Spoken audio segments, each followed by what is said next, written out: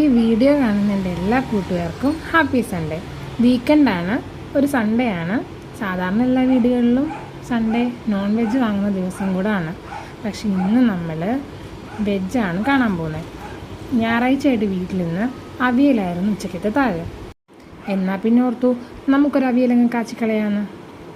ആവശ്യാനുസരണത്തിനുള്ള പച്ചക്കറികളെടുത്ത് medium സൈസിലരിഞ്ഞ് ആവശ്യത്തിന് ഉപ്പും വെള്ളവും ചേർത്ത് വേവിക്കാൻ വെക്കണം. ആ സമയം കൊണ്ട് നമുക്ക് തേങ്ങ ഒന്ന് ഒതുക്കിയെടുക്കണം.